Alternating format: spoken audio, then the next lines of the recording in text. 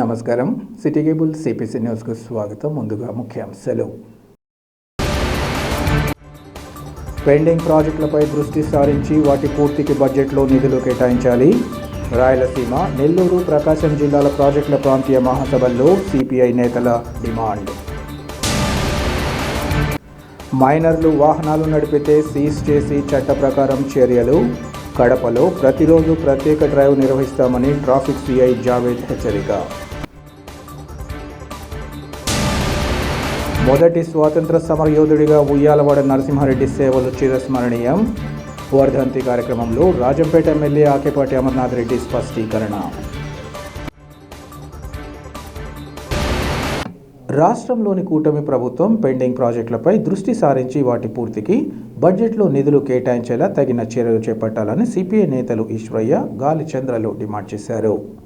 కడప నగరం హరిత hotel function హాల్లో ఏపీ రైతు సంఘం ఆధ్వర్యంలో రాయలసీమ, నెల్లూరు, ప్రకాశం జిల్లాల ప్రాజెక్టు ప్రాంతీయ మహాసభలు ఈరోజు ప్రారంభమయ్యాయి. తొలి రోజు జరిగిన సభలో వారు మాట్లాడుతూ రాయలసీమలో అనేక ప్రాజెక్టుల పనులు దశాబ్దాల తరబడి పెండింగ్లో ఉన్నాయన్నారు. ఇటువంటి తరుణంలో అధికారంలో ఉన్న కూటమి ప్రభుత్వం ఒక్కో జిల్లాకు 2,500 కోట్లు కేటాయించి ఆయా ప్రాజెక్టులతో పాటు పిల్ల కాలువల పనుల పూర్తికి తగిన చర్యలు చేపట్టాలన్నారు. అలాగే నీటి ప్రాజెక్టుల వివాదాలకు రోజురోజు తీవ్రమవుతున్నాయని, కేంద్రంలోని బీజేపీ, రాష్ట్రంలోని టీడీపీ ప్రభుత్వాలు ఉన్నప్పటికీ ఎన్నికల చదరంగంలో రాయలసీమ నీటి ప్రాజెక్టుల పేరుతో కృష్ణానది నీటి వివాదంలోకి నెట్టివేసే చర్యలకు శ్రీకారం చుట్టడం జరుగుతోందన్నారు. ఈ క్రమంలో బ్రిజేష్ కుమార్ ట్రైబ్యునల్ ముందు బలమైన వాదనలు వినిపించి రాయలసీమ ప్రాంతంతో పాటు నెల్లూరు, ప్రకాశం జిల్లాల ప్రయోజనాలను కాపాడాలని కోరారు. అలాగే రాష్ట్ర విభజన సందర్భంగా జరిగిన ఒప్పందం మేరకు నీటి వాటా దక్కేలా చూడాలని, ప్రాజెక్టుల పూర్తితో వాటి పరిధిలో 10 లక్షల ఎకరాలకు నీరు అందుతున్న విషయాన్ని పాలకులు గుర్తించాలని సూచించారు. రాజకీయ పార్టీ నేతలు ఒకరిపై మరొకరు ఆరోపణలు చేసుకోవడాన్ని మానుకొని ప్రాజెక్టుల పూర్తికి చర్యలు చేపట్టాలని రైతాంగం తరపున డిమాండ్ చేస్తున్నామన్నారు. ఈ కార్యక్రమంలో రాయలసీమతో పాటు నెల్లూరు, ప్రకాశం జిల్లాలకు చెందిన రైతులు, రైతు సంఘం ప్రతినిధులు, ఇంకా వామపక్ష నాయకులు పాల్గొన్నారు.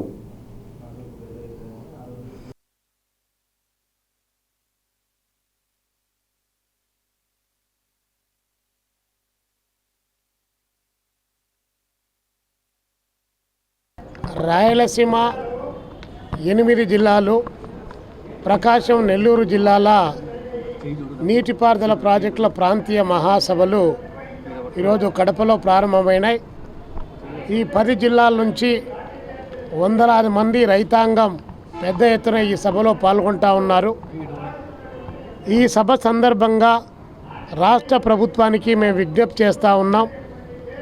రాయలసీమలో దశాబ్దాల తరబడి 4 దశాబ్దాల కాలంగా ప్రాజెక్టులు పూర్తి కాకుండా, పిల్ల కాలువలు, పంట కాలువలు పూర్తి కాకుండా 60%, 70%, 80% పూర్తయ్యి మిగతా పనులన్నీ పెండింగ్లో ఉన్నటువంటి నేపథ్యంలో రేపు జరగనున్నటువంటి బడ్జెట్లో రాయలసీమ ప్రాజెక్టులకు ఒక్కొక్క జిల్లాకు 2,500 కోట్ల రూపాయలు ఇవ్వాలని చెప్పి, అదేవిధంగా ప్రకాశం, నెల్లూరు జిల్లాకు కూడా 2,500 కోట్లు డబ్బులు కేటాయించి చిన్న పెద్ద ప్రాజెక్టులు పూర్తి చేయాలని చెప్పి ఈ ప్రాంతీయ మహాసభల సందర్భంగా రాష్ట్ర ప్రభుత్వానికి ముక్త కంఠంతో డిమాండ్ చేస్తూ ఉన్నాం. అదేవిధంగా రాష్ట్రంలో ఉన్నటువంటి నీటిపారుదల ప్రాజెక్టుల యొక్క వివాదాలకు సంబంధించి, ప్రత్యేకించి రాయలసీమకు సంబంధించినటువంటి నీటి వివాదాలు రోజురోజుకు తీవ్రమవుతూ ఉన్నాయి. పాలక వర్గాలు పైన బీజేపీ, కింద టీడీపీ ఉన్నప్పటికీ కూడా ఈ 2 ప్రభుత్వాలు ఎన్నికల చదరంగంలో రాయలసీమ నీటి ప్రాజెక్టులను పెట్టి కృష్ణానది వాటర్ను వివాదంలోకి నెట్టివేసేటువంటి చర్యలకు శ్రీకారం చుడుతున్నటువంటి నేపథ్యంలో బ్రిజేష్ కుమార్ ట్రిబ్యునల్ ముందు ఒక పటిష్టమైనటువంటి వాదనలు చేసి రాయలసీమ ప్రాంత ప్రయోజనాలను కాపాడాలని చెప్పి ఈ సందర్భంగా డిమాండ్ చేస్తున్నాం.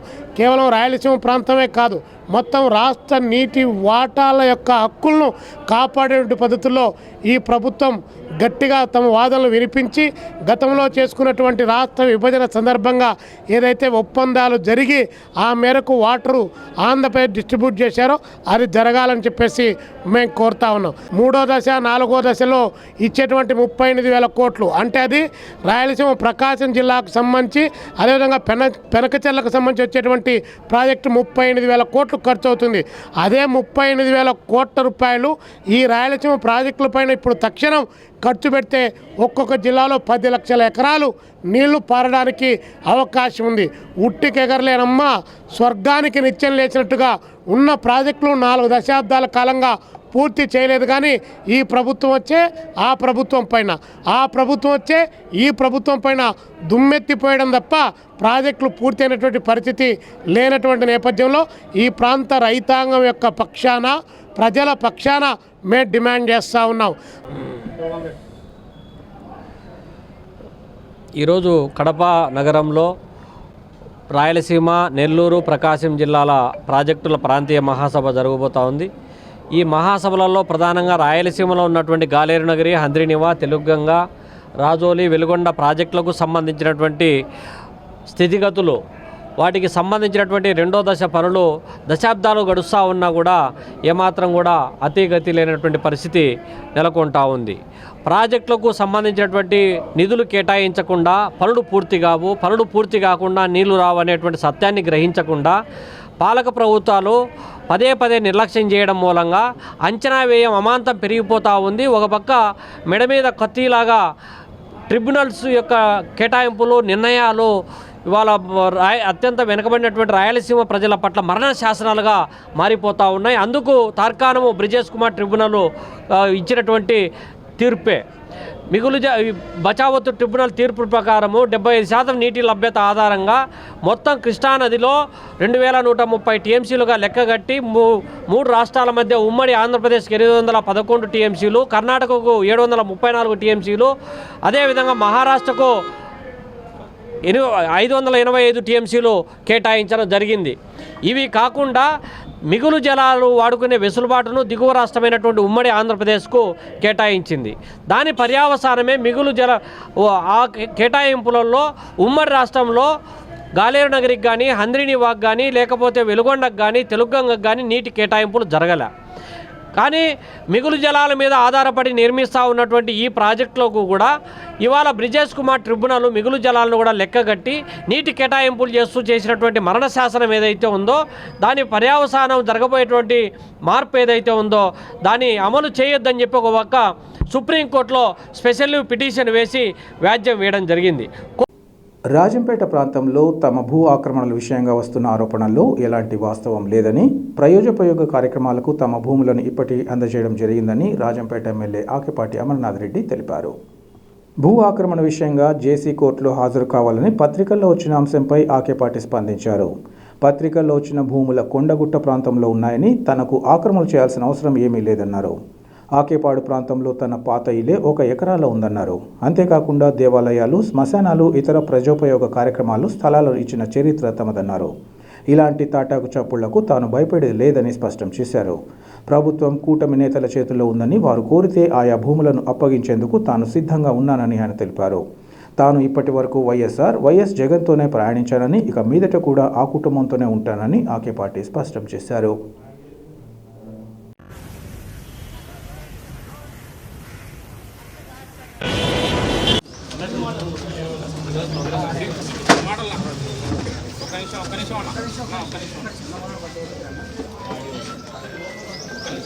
ఏ ఉన్నది తీసుకోండి. ఈరోజు విచారణకు రమ్మని అమ్మా నేను ఇది ఇప్పుడు కాదు, సిద్ధవటంలో లోకేష్ గారు మాట్లాడినారు. నేను ఆపుతే ప్రెస్ మీట్ పెట్టి చెప్పిన రోజు నేను చెప్పాలంటే అది చెప్పేది. అదేం బెంగళూరు ఆస్తులు కాదు, హైదరాబాద్ ఆస్తులు కాదు, కొండ గుట్ట ఏమైనా తీసుకోండి, నేను సిద్ధంగా ఉన్నాను.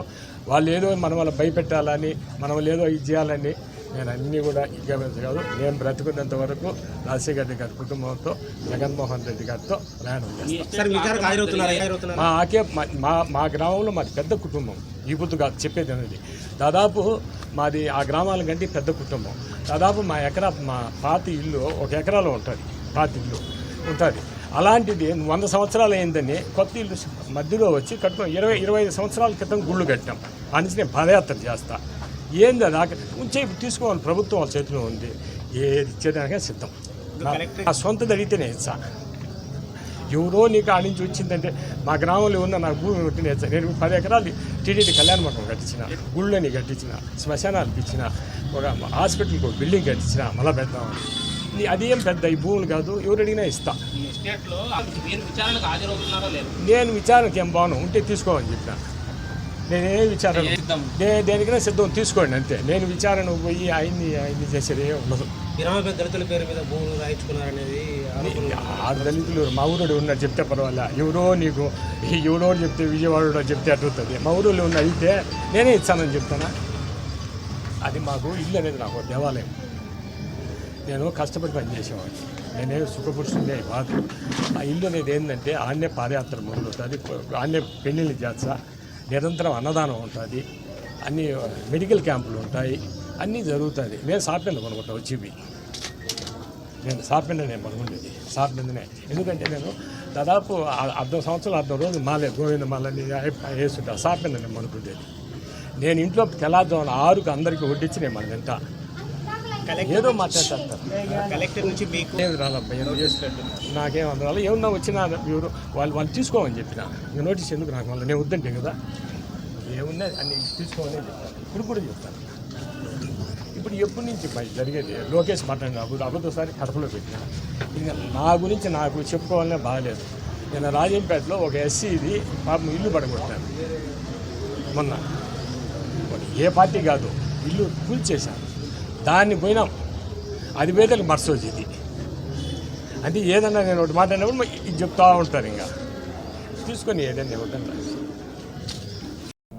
రాయలసీమ ప్రాంతానికే తలమానికంగా నిలుస్తున్న కడపలోని శుభమస్తు షాపింగ్ మాల్ ఇప్పటికే ప్రజల ఆదరాభిమానాలు పొందుతూ అందరి మన్ననలు పొందడం సంతోషకరమని STEP CEO Sai Grace Lion చిన్నపరెడ్డిలు తెలిపారు. కడప నగరం ఎరముకపల్లెలోని శుభమస్తు షాపింగ్ మాల్లో నిర్వహించిన బొమ్మల కొలువు ఏర్పాటు నిర్వహించిన పెళ్లితంతు వేడుకల్లో వారు పాల్గొని మాట్లాడారు. గతంలో ప్రజలకు అవసరమైన ఆధునిక డిజైన్ల దుస్తుల కోసం అటు హైదరాబాద్ ఇటు చెన్నైలకు వెళ్లాల్సిన పరిస్థితులు ఉండేవన్నారు. అయితే ఇటువంటి తరుణంలో ప్రజల ఇబ్బందులను గుర్తిస్తూ కడప నగరంలో శుభమస్తు షాపింగ్ మాల్ నిర్వాహకులు తమ నూతన షోరూంను ఇక్కడ ఏర్పాటు చేశారన్నారు. శుభమస్తు కడపకు వచ్చాక ప్రజల సమస్యలు తీరాయన్నారు. చిన్నపిల్లల మొదలు అన్ని వయసుల వారికి అన్ని వర్గాలకు తగ్గట్టుగా దుస్తులు, ఇతర సామాగ్రి అతి తక్కువ ధరకు అందుబాటులో ఉండడం ఈ షాపింగ్ మాల్ ప్రత్యేకత అన్నారు. ఇక్కడి సిబ్బంది కొనుగోలుదారులతో వ్యవహరించే తీరు మరింత ప్రశంసనీయమన్నారు. వివాహాలు, ఇతర కార్యక్రమాలు ఏవైనా ప్రతి ఒక్కరూ శుభమస్తుకు విచ్చేసి ఆధునిక వస్త్రాలు, ఇతర సామాగ్రిని ఎంపిక చేసుకోవాలని వారు సూచించారు. ఈ కార్యక్రమంలో షాపింగ్ మాల్ నిర్వాహకులు ఇంకా సిబ్బంది పాల్గొన్నారు.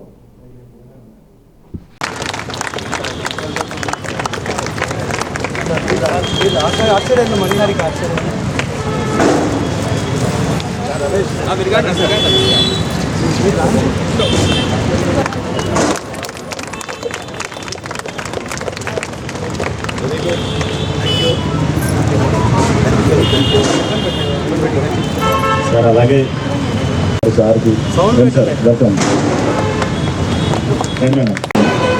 బొమ్మల కొలువు అని చెప్పేసి వచ్చిన పబ్లిక్కి మనం కొద్దిగా ఇంట్రడ్యూస్ చేస్తాం అన్నమాట. ఇలా మ్యారేజ్ శుభమస్తు నుంచి అనమాట. So Kadapa first time Kadapa ప్రజలకి మనం కొత్తగా పరిచయం చేస్తున్నాం అనేది చూసి అందరూ కూడా హ్యాపీగా ఫీల్ అవుతారు. మనం కడప ప్రజలకి కొత్తగా బాగుంటుందని ప్లాన్ చేసి చేసాం. అది నిశ్చితార్థానికి సపరేట్గా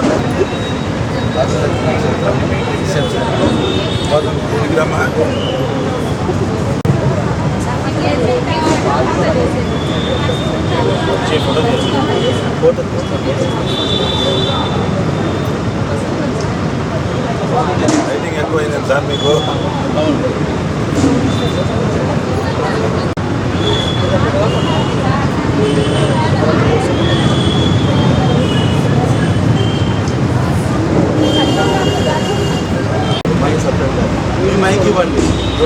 యొక్క మన బట్టలను ఇక్కడ అందిస్తాం.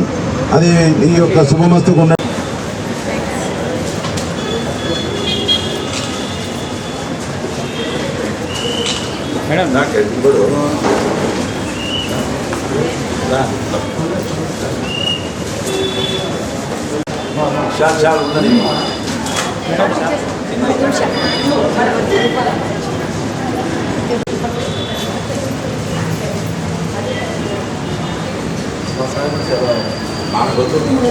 సార్ కూడా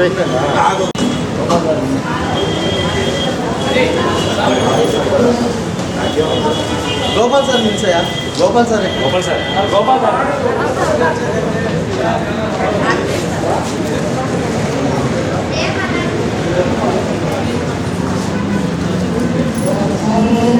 నమస్కారం అండి. ఇవాళ ఈ సందర్భంగా మనం ఇక్కడ కలుసుకోవడం కూడా చాలా ప్రత్యేకంగా ఉంది.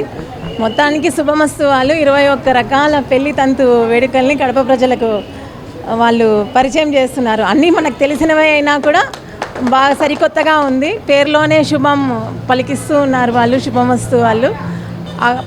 పట్టు అనేది ప్రత్యేకంగా అక్కడ కనిపిస్తూ ఉంది. ప్రతి సందర్భంలోనూ పెళ్లి వేడుకల్లో ఆ పైన ఆ ఫ్లోర్ నిండా కూడా పట్టు చీరల ఫ్లోర్లో కూడా చాలా అందంగా అతివలను ఆకర్షించే విధంగా అయితే ఉంది, లక్షణంగా ఉంది.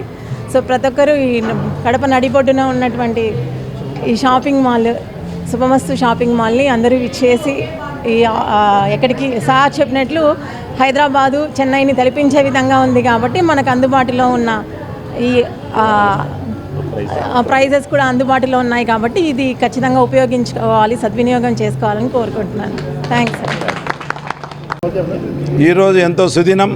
మన కడప ప్రజలకు శుభమస్తు వారు అందిస్తున్నటువంటి శుభం. ముఖ్యంగా పెళ్లి తంతు కార్యక్రమాన్ని కళ్ళకు కట్టినట్లు ఏది కూడా మర్చిపోకుండా ఉండేటట్లుగా ప్రతి కార్యక్రమాన్ని కూడా బొమ్మల రూపంలో ఏర్పాటు చేసి దానికి అందమైనటువంటి బట్టలు తొడిగి చాలా అద్భుతంగా కార్యక్రమాన్ని మనకు కన్నులకు విందుగా ఏర్పాటు చేయడం శుభమస్తు వారికే చెల్లు. నిజంగా శుభమస్తు వారు కడపకు వచ్చిన తర్వాత ఎక్కడే కానీ అందరూ జనమంతా కడప శుభమస్తుకే రావడం మొదలుపెట్టారు. నిజంగా కడపలో అందరికీ చిన్న కాడ నుంచి పెద్ద వరకు అన్ని రకాల వర్గాల వారికి కావలసినటువంటి పెళ్ళిళ్ళైతే పెళ్ళిళ్ళకు, లేదు నిశ్చితార్థాలకైతే నిశ్చితార్థాలకు, లేదు పండగలకైతే పండగలకు కావలసినటువంటి రకరకాల దుస్తులు రకరకాల డిజైన్లతో రకరకాల రేట్లతో మనకు అందుబాటులోకి రావడం శుభమస్తు వారికే చెల్లు. అటువంటి ఈ శుభమస్తు వారు ఏర్పాటు చేసినటువంటి ఈ బొమ్మల కొడువుకు ప్రత్యేకంగా విచ్చేసినటువంటి మేడం సాయి గ్రేస్ గారికి, స్టెప్ సిఇఓ గారికి ప్రత్యేకమైనటువంటి ధన్యవాదాలు, అభినందనలు. ఇక్కడ ఉండేటువంటి స్టాఫ్ కూడా చాలా కటీసియస్, చాలా ప్రేమ, చాలా అఫెక్షన్గా చూస్తారు. ఇక్కడికి వచ్చినటువంటి ఏ ఒక్క కస్టమర్ను కూడా పోగొట్టకుండా వారికి కావలసిన రీతిలో వారికి అందుబాటులో ఉండేటువంటి వాళ్ళ జోబి ఎంత కెపాసిటీ ఉందో అంత ఆ పద్ధతి ప్రకారం వారికి చూపించి వారికి నచ్చే విధంగా చెప్పగలిగినటువంటి కటైసియస్ స్టాఫ్ ఎక్కడన్నా ఉన్నారు అంటే అది శుభమస్తులోనే ఉన్నారు. నిజంగా ఇది 7వ షోరూమ్ వీళ్ళది. ఇది రాయలసీమలోనే తలమానికంగా ఉన్నటువంటి షోరూమ్ ఇది ఒక అద్భుతం. కడప ప్రజలకు ఒక వరం. ఎందుకంటే మనం ఏదైనా కొనాలా అంటే హైదరాబాదు అంటే చెన్నై వెళ్తాం, అది కరెక్టే కదా. అట్లా వెళ్ళినప్పుడు అక్కడ మనం ఉండేదానికి కానీ మన ఖర్చులు కానీ ఎక్కువ అవుతాయి. అట్లాగే అక్కడికి పోయినాక ఏదో సర్దుబాటు చేసుకునైనా తెచ్చుకుంటాం. కానీ ఇక్కడైతే 1కి 4 సార్లు మనం తిరిగి మనకు కావలసినటువంటి దుస్తులు తెచ్చుకునే దానికి అవకాశం ఉంది. అటువంటి అద్భుతమైనటువంటి షోరూమ్ కడప నడిబొడ్డులో ఉండడం మరింత ఆనందంగా తెలియజేస్తూ ఈనాటి ఈ యొక్క బొమ్మల కొలువును ఏర్పాటు చేసి మన పెళ్లి తంతును ఎలా చేయాలి అన్నటువంటి ప్రతి ఒక్కటి కూడా, ఎట్లా మనం పసుపు దంచుతారు, ఎట్లా గాజులు వేస్తారు, ఎట్లా వాళ్ళకు అన్ని కార్యక్రమాలను కూడా ఏదైనా ఒక కార్యక్రమం మిస్ కాకుండా మనకు గుర్తు చేసే విధంగా కూడా ఉందని మీకు తెలియజేస్తూ శుభమస్తు ద్వారా అందించినటువంటి ఈ యొక్క శుభ పరిణామాన్ని మరింత ముందుకు తీసుకెళ్లాలని కోరుకుంటూ ఇంత మంచి అవకాశం ఇచ్చినటువంటి శుభమస్తు యాజమాన్యానికైతేనేమి వారి ఇక్కడ ఆర్గనైజ్ చేస్తున్నటువంటి మేనేజర్స్ కూడా ప్రత్యేకమైన ధన్యవాదాలతో మరి ఒకసారి సాయి గ్రేస్ మేడం గారికి ప్రత్యేక ధన్యవాదాలతో సెలవు. Thank you very much. తొలి స్వాతంత్ర సమర యోధుడు ఉయ్యాలవాడ నరసింహారెడ్డి అందించిన సేవలను స్మరించుకుంటూ ఆయన వర్ధంతి కార్యక్రమాన్ని పెద్ద ఎత్తున నిర్వహించడాన్ని స్వాగతిస్తున్నామని రాజంపేట ఎమ్మెల్యే ఆకేపాటి అమర్నాథ్ రెడ్డి తెలిపారు. కడప నగరంలోని వైఎస్ఆర్ మెమోరియల్ ప్రెస్ క్లబ్లో రేనాటి సూర్యచంద్రుల విగ్రహ సాధన కమిటీ ఆధ్వర్యంలో ఉయ్యాలవాడ నరసింహారెడ్డి 178వ వర్ధంతి సభను నిర్వహించారు. ఈ సందర్భంగా ఎమ్మెల్యే ఆకేపాటి అమర్నాథ్ రెడ్డి మాట్లాడుతూ బ్రిటిషర్లకు వ్యతిరేకంగా వీరోచిత పోరాటాలు నిర్వహించిన ఉయ్యాలవాడ నరసింహారెడ్డి సేవలు ప్రశంసనీయమన్నారు. సుమారు 9,000 మంది ప్రజలు తమ ప్రాణాలను తెగించి నరసింహారెడ్డి వెంట నడిచారన్నారు. ఇలా 3 నెలల పాటు నరసింహారెడ్డి నాయకత్వంలో బ్రిటిష్ వారిపై పెద్ద తిరుగుబాటు జరిగిందన్నారు. అప్పటి పరిస్థితులను చూసిన బ్రిటిష్ ప్రభుత్వం వణికిపోయిందన్నారు. అన్ని వైపుల నుంచి సైన్యాన్ని తీసుకొచ్చి నరసింహారెడ్డిని అతని అనుచరులను అరెస్ట్ చేసి కొంతమందిని జైలుకు తరలించగా మరికొంతమందికి యావజ్జీవ కారాగార శిక్ష విధించారన్నారు. నరసింహారెడ్డికి మాత్రం బహిరంగ ఉరిశిక్ష వేశారన్నారు. నరసింహారెడ్డి తిరుగుబాటును అణచివేశామని బ్రిటిష్ ప్రభుత్వం చాలా సంబరపడిపోయిందని, అయితే ఆ తర్వాత ఖచ్చితంగా 100 సంవత్సరాలకు బ్రిటిష్ వారు ఈ దేశాన్ని వదిలిపెట్టి పారిపోవాల్సి వచ్చిందన్నారు. ఇలా ప్రథమ స్వాతంత్ర యోధుడిగా గుర్తింపు తెచ్చుకున్న ఉయ్యాలవాడ నరసింహారెడ్డి మన జిల్లా వాసి కావడం అందరికీ గర్వకారణమన్నారు. ఇటువంటి తరుణంలో ఆ మహనీయుడిని గౌరవిస్తూ ఆయన జయంతి, వర్ధంతి కార్యక్రమాలను రాష్ట్ర ప్రభుత్వం అధికారికంగా నిర్వహించాలని, నేటి తరానికి స్ఫూర్తినివ్వడం కోసం ఆయన చరిత్రను పాఠ్యపుస్తకాల్లో చేర్చాలని వారు కోరారు. ప్రభుత్వ పథకాలు, విమానాశ్రయాలు వంటి వాటికి ఆయన పేరు పెట్టాలని, కడప నగరంలో ఆయన విగ్రహాన్ని ఏర్పాటుకు చర్యలు తీసుకోవాలని కోరారు. 178వ వర్ధంతి సందర్భంగా ఇది కడపలో మీ ప్రెస్ మిత్రులే పని కావచ్చు అందరూ కలిసి ఇది నిర్వహించడం చాలా ఆనందదాయకం, సంతోషం. ఎందుకంటే ఒక గొప్ప మహనీయుడు, తొలి స్వతంత్ర సమర యోధుడు 178 సంవత్సరాల క్రితం ఆయన ఉరిదీయబడితే ఆయన తలను 30 సంవత్సరాలు వేలాడదీశారని చరిత్ర చెప్తుంది. అలాంటి మహనీయుడు. ఎందుకంటే బ్రిటిష్ వారు ఆయన కనీసం 30 సంవత్సరాల తలలు చూస్తే ఎవరైనా బ్రిటిష్ పాలకులకు తిరగబడితే ఇలాంటిదే జరుగుతుందని వాళ్ళు చెప్పేదానికోసం అలా చేయడం జరిగింది. కానీ ఆయన 100 సంవత్సరాల తర్వాత ఆయన ఆదర్శంగా తీసుకొని భారతదేశంలోని యువత అంతా ముందుకు వచ్చింది. బ్రిటిష్ పాలకులను కూడా ఈ దేశం నుంచి తరిమి కొట్టారు. నిజంగా ఆయన ఆదర్శమే అందుకు కారణం. అలాంటి గొప్ప మహనీయుడిని ఈరోజు వర్ధంతిలో పాల్గొనడం నిజంగా నాకు ఎన్నో పనులు ఉన్నా కూడా తప్పకుండా పాల్గొనాలి, ఆయనకు నివాళులు అర్పించాలని ఈ కార్యక్రమానికి రావడం జరిగింది. వక్తలంతా కూడా ఆయన విగ్రహాన్ని కడపలో ఏర్పాటు చేయాలా, ఆయన వర్ధంతి సభను, జయంతి సభలను కూడా అధికారికంగా ప్రభుత్వం ప్రకటించాలని అందరూ కూడా కోరడం జరిగింది. అది కూడా కడపలో కూడా, ఎందుకంటే ఆయన విగ్రహాన్ని ఏర్పాటు చేసేదానికి నా వంతు తప్పకుండా నా వంతు సహకారం అందిస్తానని కూడా చెప్పడం జరిగింది. గతంలో మనం గవర్నమెంట్ ఉన్నప్పుడు, అప్పుడు జడ్పీ చైర్మన్గా ఉన్నప్పుడు, అప్పుడు ఏమైనా నిజంగా తెలుసుంటే అప్పుడు సులభంగా ఆ కార్యక్రమం చేసేవాళ్ళం. తప్పకుండా మంచి కార్యక్రమాలు ఇట్లా పాత్రికేయ మిత్రులు పని కావచ్చు, మీరందరూ కూడా ఒక మంచి కార్యక్రమాన్ని ఏర్పాటు చేశారు. మీ అందరినీ కూడా నేను మనసారా అభినందిస్తున్నాను. రాష్ట్రంలోని కూటమి ప్రభుత్వం ప్రాధాన్యతలను గుర్తిస్తూ బడ్జెట్లో అన్ని రంగాలకు విడివిడిగా కేటాయింపులు జరపాలని ప్రజా సంఘాల ఐక్యవేదిక నాయకులు డిమాండ్ చేశారు. రాష్ట్ర బడ్జెట్లో రాయలసీమలోని అన్ని రంగాలకు విడివిడిగా కనీసం 42% నిధులు కేటాయించాలని డిమాండ్ చేస్తూ ప్రొద్దుటూరు ప్రజా సంఘాల ఐక్యవేదిక ప్రతినిధులు ఆందోళన చేపట్టారు. స్థానిక రెవెన్యూ కార్యాలయం ఎదుట వారు నిరసన వ్యక్తం చేసి తహసీల్దార్కు వినతి పత్రాన్ని అందించారు. అనంతరం వారు మాట్లాడుతూ విభజన హామీలు అమలు చేయాలని, కృష్ణా రివర్ మేనేజ్మెంట్ బోర్డును కర్నూలు ఏర్పాటు చేయాలని కోరారు. పెండింగ్ ప్రాజెక్టులను తక్షణం పూర్తి చేయాలని, రాయలసీమలోని సంస్థలను అమరావతికి తరలించకుండా ఇక్కడే కొనసాగించాలని డిమాండ్ చేశారు. రాయలసీమ ప్రాంత ప్రయోజనాలు కాపాడేలా కూటమి ప్రభుత్వం చర్యలు చేపట్టాలని, ఈ ప్రాంత ప్రజల మనోభావాలను గౌరవించాలని వారు కోరారు.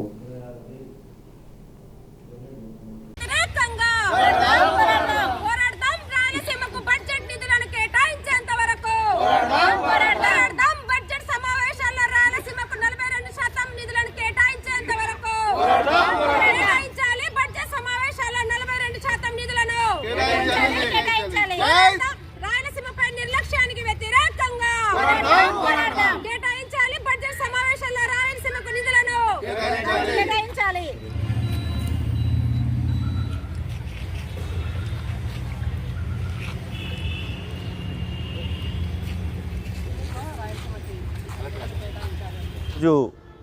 మేము ఎంఆర్ఓ గారికి ఒక వినతి పత్రం సమర్పించడానికి ఇక్కడికి వచ్చాము. దీని ముఖ్యమైన డిమాండ్లు ఏమిటి అంటే, ఈసారి బడ్జెట్ సమావేశాలు అసెంబ్లీలో ప్రారంభమవుతున్నాయి. ఆ సందర్భంగా రాయలసీమ వెనుబాటుతనాన్ని ఎదుర్కోవడానికి రాయలసీమ జనాభా దామాషా ప్రకారము 40% నిధులను ఆ బడ్జెట్లో కేటాయించాలని చెప్పడం ఒకటి. రెండవది ఏంటంటే, ఇప్పటికే చాలా ప్రాజెక్టులు పెండింగ్లో ఉన్నాయి. రాయలసీమలో చాలా ఏళ్లుగా ఆ ప్రాజెక్టులు పెండింగ్లో ఉన్నాయి. ఆ ప్రాజెక్టులని వెంటనే పూర్తి చేయాలనేది ఒక ప్రధానమైన డిమాండు.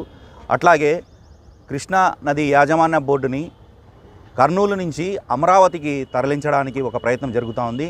దాన్ని ఆపేయాలని, వెంటనే నిలిపివేయాలని, ఆ కృష్ణానది బోర్డు యాజమాన్యాన్ని ఇక్కడే కర్నూలులోనే కొనసాగించాలని, ఇంకా అటువంటి ప్రభుత్వ రంగ సంస్థలకు సంబంధించిన ముఖ్యమైన కేంద్రాలన్నింటినీ అమరావతికి తరలించాలనే ఒక ప్రయత్నం జరుగుతూ ఉంది. దాన్ని మేము పూర్తిగా ఖండిస్తున్నాము. అటువంటివి ఏమైనా చర్యలు ఉంటే వెంటనే విరమించుకోవాలని ఈ సందర్భంగా మేము ప్రభుత్వాన్ని డిమాండ్ చేస్తున్నాం.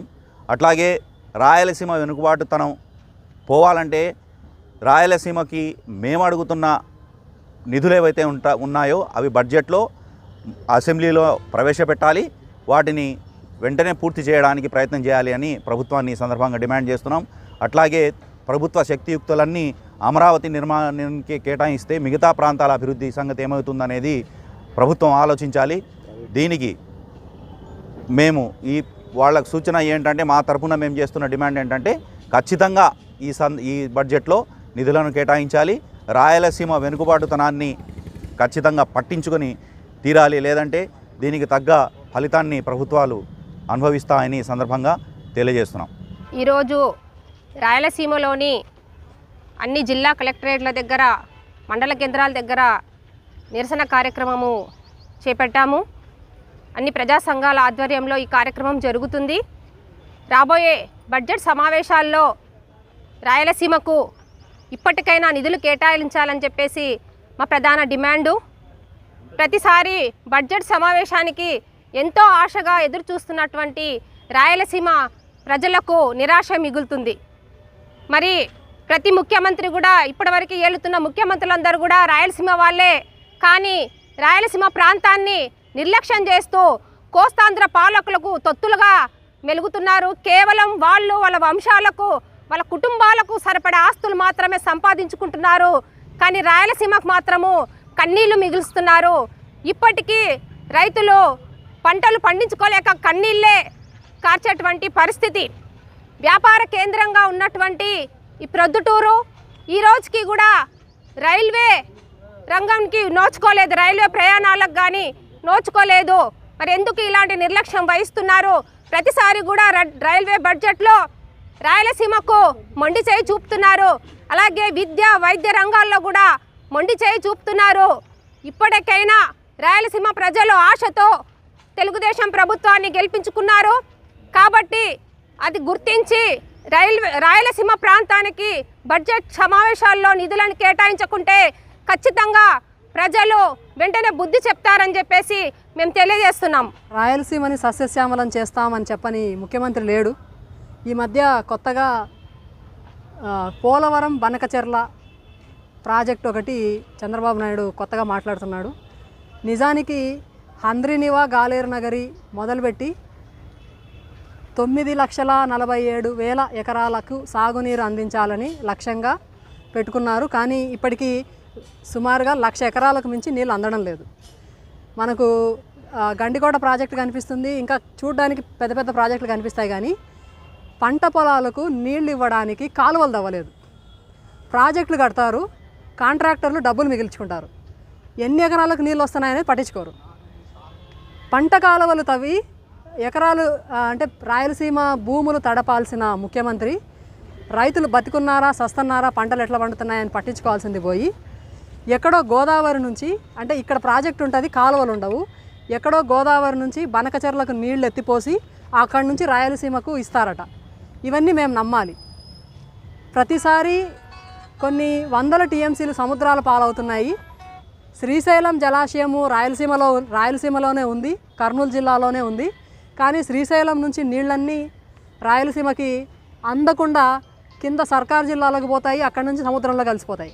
కొన్ని నీళ్లు నిలబెట్టడానికి కనీసం ఒక 50 టీఎంసీలు నిలబెట్టి సిద్ధేశ్వరం ఆనకట్ట కట్టి, సిద్ధేశ్వరం అలుగు అది ఆనకట్ట కూడా కాదు, చాలా తక్కువ ఖర్చుతో అయ్యేది, అది 50 టీఎంసీల నీళ్లు నిలబెట్టి రాయలసీమ గొంతు దడపండి అని సుమారుగా 8 సంవత్సరాల నుంచి రైతులు పోరాటం చేస్తున్నారు. అధికారంలోకి రాకముందు వచ్చిన తర్వాత కూడా సిద్ధేశ్వరం ప్రాజెక్టు, సిద్ధేశ్వరం అలుగు నిర్మాణం మేము చేపడతాము అని చెప్పాడు చంద్రబాబు నాయుడు. అది ఏమైంది? జగన్మోహన్ రెడ్డి అధికారంలోకి వచ్చినప్పుడు రాయలసీమ ఎత్తిపోతల పథకం అన్నాడు. అది ఎక్కడ ఎత్తిపోయిందో తెలియదు. సిద్ధేశ్వరం అలుగు డిమాండ్ ప్రజల నుంచి వస్తుంటే దాన్ని పక్కన పెట్టి ఒకరేమో ఎత్తిపోతల పథకం అంటారు, ఇంకొకరేమో గోదావరి బనకచెర్ల అంటారు. పోలవరం కట్టేటప్పుడు పట్టిసీమ ప్రాజెక్ట్ అని ఒకటి కట్టారు. ఒక సంవత్సరంలో పూర్తి చేస్తాను అని చెప్పి ఒక సంవత్సరంలోనే పూర్తి చేశారు. మనం అభినందించాలి ముఖ్యమంత్రిని. అదే శ్రద్ధ రాయలసీమ ప్రాజెక్టుల మీద ఎందుకు లేదు? మీరు మిగిలిచ్చి 100 టీఎంసీలు రాయలసీమ కేటాయిస్తాం అన్నారు కదా, పట్టిసీమ కట్టడం పూర్తయింది కదా, మరి ఎందుకు నీళ్ళు అందడం లేదు రాయలసీమకి? ఇప్పుడు మళ్ళీ కొత్త పాట ఎందుకు పాడుతున్నారు గోదావరి బనకచెర్ల అని? ఎవరి ప్రయోజనాల కోసం? రేపు రానున్న బడ్జెట్ సమావేశాల్లోనైనా రాయలసీమ జనాభా ఇంత ఉంది కాబట్టి రాయలసీమకు విడిగా నిధులు కేటాయించండి. నిజానికి ప్రతి రంగానికి బడ్జెట్లో కేటాయింపులు జరుగుతాయి, కానీ రాయలసీమకు అన్యాయం జరుగుతుంది కాబట్టి రాయలసీమలో అన్ని రకాల అభివృద్ధి కోసం, రాయలసీమ ప్రాజెక్టుల కోసము, రాయలసీమ ఎడ్యుకేషన్ కోసము, రాయలసీమ పరిశ్రమల కోసము విడిగా బడ్జెట్లో కేటాయింపులు చేయాలనేది ప్రధానంగా మేము డిమాండ్ చేస్తున్నాం. ఇప్పుడు పోలవరం కోసం నిధులు అడుగుతాను, అమరావతి కోసం నిధులు అడుగుతాను, గోదావరి బనకచెర్ల ప్రాజెక్టు కోసం అడుగుతాను అని చంద్రబాబు నాయుడు గారు అంటున్నారు. ఆంధ్రప్రదేశ్ అంటే, ఏపీ అంటే అమరావతి పోలవరం మాత్రమే కాదు, ఏపీ అంటే అన్ని ప్రాంతాలని సమాన అభివృద్ధి చేయాల్సిన బాధ్యత ముఖ్యమంత్రి మీద, ప్రజాప్రతినిధుల మీద ఉంటుంది. ఇటీవల కాలంలో మైనర్లకు వాహనాలు ఇవ్వడం వల్లనే అధిక శాతం రోడ్డు ప్రమాదాలు జరుగుతున్న విషయాన్ని ప్రజలు గుర్తించాలని ట్రాఫిక్ సిఐ జావేద్ కోరారు. కడప నగరంలోని ట్రాఫిక్ పోలీస్ స్టేషన్లో ఏర్పాటు చేసిన విలేకరుల సమావేశంలో ఆయన మీడియాతో మాట్లాడుతూ, తమ శాఖ ఉన్నతాధికారుల ఆదేశాల మేరకు కడప నగరంలో మైనర్ డ్రైవింగ్పై ట్రాఫిక్ పోలీసులు ప్రత్యేక డ్రైవ్ నిర్వహిస్తున్నారన్నారు. ఈ సందర్భంగా మైనర్ డ్రైవింగ్, ర్యాష్ డ్రైవింగ్పై తనిఖీలు నిర్వహిస్తున్నామన్నారు. మైనర్ డ్రైవింగ్ చేస్తున్న విద్యార్థులను గుర్తించి 16 బైకులు సీజ్ చేసి ఎంవీఐ చట్టం ద్వారా చర్యలు తీసుకుంటామని హెచ్చరించారు. రోడ్డు ప్రమాదాల్లో అధిక శాతం మంది 16 నుంచి 32 సంవత్సరాల మధ్య వయసు గల వారు మృతి చెందుతున్నారన్నారు. అయినప్పటికీ తల్లిదండ్రులు నిర్లక్ష్యాన్ని ప్రదర్శిస్తూ మైనర్లకు వాహనాలు ఇవ్వడం జరుగుతోందన్నారు. మైనర్ల తల్లిదండ్రులు బైక్ ఇచ్చే ముందు ఆలోచించాలని కోరారు. ఇప్పటి వరకు తాము చైతన్యవంతులను చేసే కార్యక్రమాలు చేపట్టినప్పటికీ మార్పు రాకపోవడంతో కేసులు నమోదు చేస్తున్నామన్నారు. అంతేకాకుండా స్కూల్ యాజమాన్యాలు, ఇతర విద్యా సంస్థలు మైనర్ డ్రైవింగ్పై విద్యార్థులకు అవగాహన కల్పించాలన్నారు. ఇక నుంచి నగరంలోని ఏదో ఒక ప్రాంతంలో తమ డ్రైవ్ కొనసాగుతుందని ఆయన వివరించారు. ఈ సమావేశంలో పలువురు ట్రాఫిక్ పోలీసులు, సిబ్బంది పాల్గొన్నారు. ప్రతిరోజు 4-5 యాక్సిడెంట్లు అవుతున్నాయి. అందరూ కూడా మైనర్ ఇంజురీస్తో వెళ్తూ ఉన్నారు. సో ఇది మేము అబ్జర్వ్ చేస్తే ఎక్కువ పర్సెంట్ అంతా మైనర్లే యాక్సిడెంట్ చేస్తున్నారు. అదేవిధంగా వాళ్ళు బండ్లు ఆపుకోకుండా వెళ్ళిపోతున్నారు. ఎవరైతే గాయాలు తగిలినారో వాళ్ళు అక్కడే ఉండి బాధపడుతున్నారు. సో దీని మీద మేము ఒక స్పెషల్ డ్రైవ్ చేయాలనే ఉద్దేశంతో మా ఉన్నతాధికారుల ఆదేశాల మేరకు మేము స్పెషల్ డ్రైవ్ కండక్ట్ చేశాము. మేము 11కి అక్కడికి బాలాజీ నగర్ పోయేసి వితిన్ హాఫ్ అన్ అవర్లోనే దాదాపు 15-16 బండ్లు 2 వీలర్స్ మైనర్స్ పట్టుకున్నాను. సో ఈ rash driving, negligence driving, over speed అంతా కూడా దాదాపు మైనర్లే ఎక్కువ చేస్తున్నారు. అందరికీ తెలుసు ఎక్కువ మంది చనిపోతూ ఉండేది 16 నుంచి 30-32 ఏళ్ళ మధ్య పిల్లలే ఎక్కువ చనిపోతున్నారు. అయినప్పటికీ కూడా పేరెంట్స్ ఎటువంటి బాధ్యత లేకుండా పిల్లలకి బండ్లు ఇస్తున్నారు. దానికి తోడు ఈ పిల్లలు కూడా ఓవర్ స్పీడ్ వెళ్తున్నారు. మేము పట్టుకోవడానికి వెళ్తున్నా బండి ఆపడం లేదు. ర్యాష్ డ్రైవింగ్ చేస్తూ ఓవర్ స్పీడ్ తప్పించుకోవడానికి వెళ్ళి ఇంకా వేరే యాక్సిడెంట్లు కూడా చేస్తూ ఉన్నారు. సో మేము అందుకనేసి దీన్ని అరికట్టాలనే ఉద్దేశంతో మేము ఫైన్లు వేసాము. మొన్నటి వరకు అవేర్నెస్ ఇచ్చాము, ప్రతి స్కూలు తిరిగి అవేర్నెస్ కూడా ఇచ్చినాము, కానీ వీళ్ళలో మార్పు రాలేదు. సో అందుకనేసి ఇప్పటి నుంచి మేము ఇవన్నీ కూడా ఎంవీఐ గారికి రాస్తాము. ఎంవీఐ గారు ఫైన్ ఇంపోజ్ చేస్తారు. ఎందుకంటే కనీసం అప్పుడన్నా మా దగ్గర ఒక 2-3 డేస్ ఈ బండ్లన్నీ ఇక్కడే పెట్టుకోవడం వల్ల వారికి కొద్దిగా ఫైన్ అది బాధ ఉంటుందనే ఉద్దేశంతో చేస్తున్నాము. టోటల్ మీద ఇక నుంచి కడపలో ఏదో ఒక పాయింట్లో ప్రతిరోజు ఈ డ్రైవ్ అనేది, స్పెషల్ డ్రైవ్ అనేది కండక్ట్ చేస్తాము. వెహికల్స్ అన్నీ తీసుకొని ఎంవీఐ గారికి పెడతాము. సో తస్మా జాగ్రత్త. ఈరోజు ఎన్ని బండ్లు పట్టుకున్నారో? ఇప్పుడు ఈరోజు మేము 16 బండ్లు పట్టుకున్నాము. అదేవిధంగా ఈ పేరెంట్స్కి, పిల్లలకి సాయంత్రం పిలిపించి వాళ్ళకి మరి ఒక్కసారి కౌన్సిలింగ్ ఇస్తాము. మేము చెప్పేది ఏమంటే, మీరు మీ పిల్లలకి బండ్లు ఇస్తున్నారు, అదేవిధంగా మీరు బండిలో వెనకలు కూర్చొని అదే పిల్లలతో మీరు బండ్లు నడిపిస్తూ ముచ్చటపడుతున్నారు మీరు. కానీ అదే పిల్లలు వేరే వాళ్ళకి యాక్సిడెంట్ చేసి వాళ్ళు చనిపోవడము, అదేవిధంగా ఏదన్నా యాక్సిడెంట్కి గురై వీళ్ళు కోమాలు వెళ్ళిపోవడం, కాళ్ళు చేతులు ఇరుగ్గొట్టుకోవడం జరిగినప్పుడు మాత్రం బాధపడుతున్నారు. సో పేరెంట్స్ కాస్త జాగ్రత్త తీసుకోవాలి. అదేవిధంగా ఈవెన్ స్కూల్ యాజమాన్యం కూడా వాళ్ళ కాలేజీకి, స్కూల్స్కి పిల్లలు ఈ 2 వీలర్లు వేసుకొని వస్తుంటే వాళ్ళు కూడా వార్నింగ్ ఇవ్వాలి. మేము ఎన్నో స్కూల్లో చెప్తున్నాం కానీ స్కూల్ యాజమాన్యం కూడా కనీసము మేము అవేర్నెస్ ఇస్తానికి వస్తామంటే వాళ్ళు పర్మిట్ చేయడానికి కూడా వాళ్ళకి ఈరోజు బిజీ, రేపు బిజీ అని చెప్తున్నారు.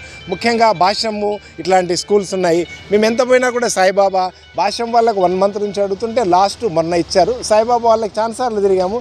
అసలు వాళ్ళు బిజీ అంటారు. కనీసం అవేర్నెస్ ఇవ్వడానికి కూడా వీళ్ళకు ఇది లేదు, వాళ్ళు చెప్పరు. టోటల్ మీద ఇది అందరి రెస్పాన్సిబిలిటీ, ఇది ఒక్క పోలీస్దే కాదు.